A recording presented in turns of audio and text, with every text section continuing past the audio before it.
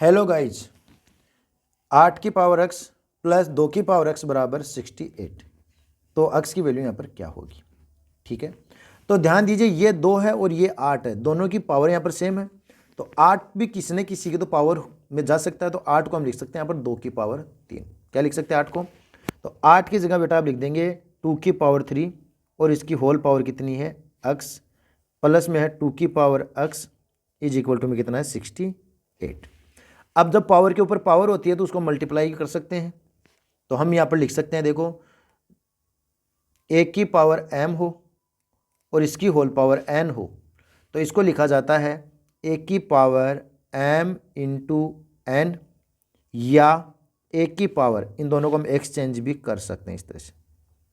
बात समझ रहे हो भाई? ये दोनों मल्टीप्लाई में रहेगी, चाहे कैसे भी लिख दो। तो यहाँ पर 2 की पावर x है तो हम 3 को x को यहाँ पर क्या करेंगे, एक्सचेंज कर देंगे। तो यहाँ रखेंगे अपन 2 की पावर x और इसकी होल पावर 3, और प्लस में कौन है 2 की पावर x, 68 है, इसको पढ़ा रहने दो ऐसा का ऐसा। ठीक है, अब अगर हम 2 की पावर x को यहाँ पर क्या कर लें, लेट कर लें, मान लेते हैं। तो लेट 2 की power x is equal to v, इसको हमने v रख लिया। तो 2 की पावर x को अगर हम v रखेंगे तो यहाँ बनेगा v की पावर 3 प्लस v, बराबर में कौन है 68। अब 68 के हम दो पार्ट इस प्रकार से करेंगे कि कोई नंबर है ना, जैसे यहाँ पर पावर 3 है, तो 68 में कोई ऐसा नंबर हो सकता है जिसकी पावर 3 निकल करके आ जाए और वही नंबर वहाँ पर दोबारा भी रिपीट हो जाए। तो देखो जो 68 है ना, इसमें आता है 4 इंटू 4 इंटू 4, तो यह कितना हो गया 64, और यही 4 और भी रह गया, तो 64 प्लस 4 रख सकते हो ना। तो ये जो 68 हमारा, इसकी जगह हम रख देंगे 64 प्लस 4, तो v क्यूब प्लस v, यहाँ रखेंगे हम 64 प्लस 4, ये 68 है। 64 है ना वो 2 की पावर, ये 4 की पावर 3 होगा, 1 2 3, तो v cube plus v is equal to, इसको लिखेंगे हम 4 की पावर 3 और प्लस 4। अब इन दोनों को यहाँ लाएंगे, ये प्लस का था, पावर 3 के पास लेकर के आएंगे, v cube minus 4 cube plus v, ये 4 इधर आएगा तो माइनस का 4 इज इक्वल टू 0। अब यहाँ पर देखो ये भी पावर 3 में दोनों, और वो बिना पावर के हैं, के पावर के हैं, तो a cube minus b cube जैसा एक फॉर्मूला अपन अप्लाई करेंगे, a cube minus b cube is equal to होता है a minus b, bracket a square plus a b और प्लस बी स्क्वायर। तो ये हम यहाँ पर लगाने वाले हैं। तो इन दोनों को अपन कंपेरिजन करें, ठीक है, तो कंपेयर में देखो v a बनेगा और 4 b बनेगा, समझ गए होंगे। तो a वाली जगह आपको v रखना है और b वाली जगह आपको 4 रखना है, बस इतना करना है। तो सबसे पहले क्या रखेंगे अपन, a means v minus b 4, bracket a square a v square plus a v into b 4 plus b कौन है 4 और स्क्वायर। ठीक है, आगे हमारे पास प्लस का v minus 4 is equal to 0।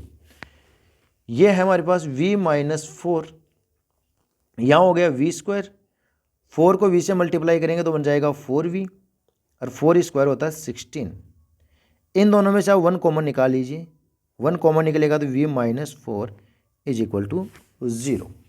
दोनों में से v माइनस 4 को हम कॉमन निकाल लेंगे, तो यहाँ से v माइनस 4 कॉमन निकल जाएगा, तो ये रह गया v स्क्वायर प्लस 4v और प्लस का 16, यहाँ पर रहेगा प्लस का 1 इज इक्वल टू 0।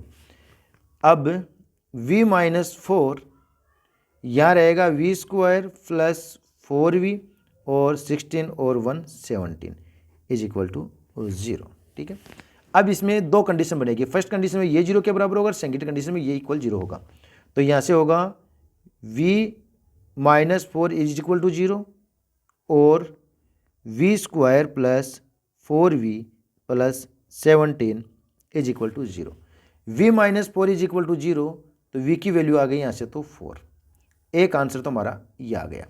दूसरा चेक करते हैं, ये क्वाड्रेटिक इक्वेशन है, और क्वाड्रेटिक इक्वेशन है तो यहाँ से v की वैल्यू निकालेंगे अपन, v is equal to minus b plus minus root b square minus 4ac divide by 2a। ठीक है, v is equal to minus b की वैल्यू है 4 प्लस माइनस रूट बी की वैल्यू है 4, तो 4 स्क्वायर माइनस 4 a v है या 1 है ना, वी स्क्वायर का कोफिशिएंट, और सी की जगह 17 upon 2a means 1। v is equal, ये तो है माइनस का 4 प्लस माइनस रूट 16 4 स्क्वायर, और ये हो गया 17 4 टाइम 68, 2 1 जा 2। फिर आगे v is equal to minus 4 plus minus, यहाँ ये पॉजिटिव नेगेटिव है, 8 माइनस 6 2 और 6 माइनस 1 5 नेगेटिव डिवाइड बाई 2।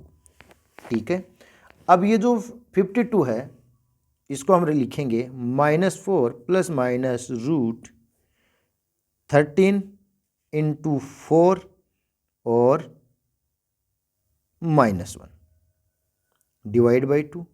ये 4 स्क्वायर रूट से बाहर निकल के 2 बन जाएगा, तो माइनस का 4 प्लस माइनस 2 रूट 13 और -1 जो रूट में वो बनेगा आइटा डिवाइड बाई 2।